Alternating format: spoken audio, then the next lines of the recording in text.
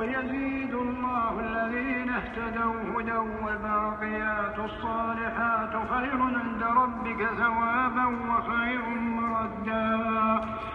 أفرأيت الذي كفر بآياتنا وقال لأوتين مالا وولدا أطلع الغيب أم اتخذ عند الرحمن عهدا كلا سنكتب ما يقول ونمد له من العذاب مدا ونرثه ما يقول ويأتينا فردا.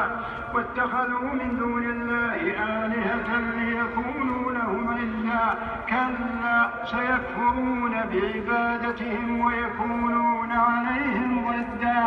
ألم تر أنا أرسلنا الشياطين على الكافرين تعزهم عزا فلا تعجل عليهم إنما نعد لهم عدا.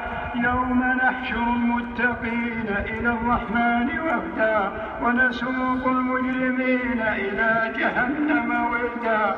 لا يملكون الشفاعة إلا من اتخذ عند الرحمن عهدا وقالوا اتخذ الرحمن ولدا لقد جئتم شيئا إدا. تكاد السماوات يتفطرن منه وتنشق الأرض وتخر الجبال هدا أن دعوا للرحمن ولدا وما ينبغي للرحمن أن يتخذ ولدا إن كل من في السماوات والأرض إلا آتي الرحمن عبدا لقد أحصاهم وعدهم عدا وكلهم آتيه يوم القيامة فردا.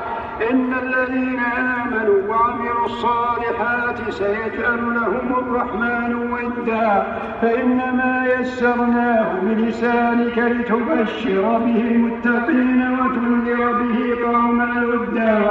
وكم أهلكنا قبلهم من قرن هل تحسهم من أحد أو تسمع لهم ركزا. بسم الله الرحمن الرحيم.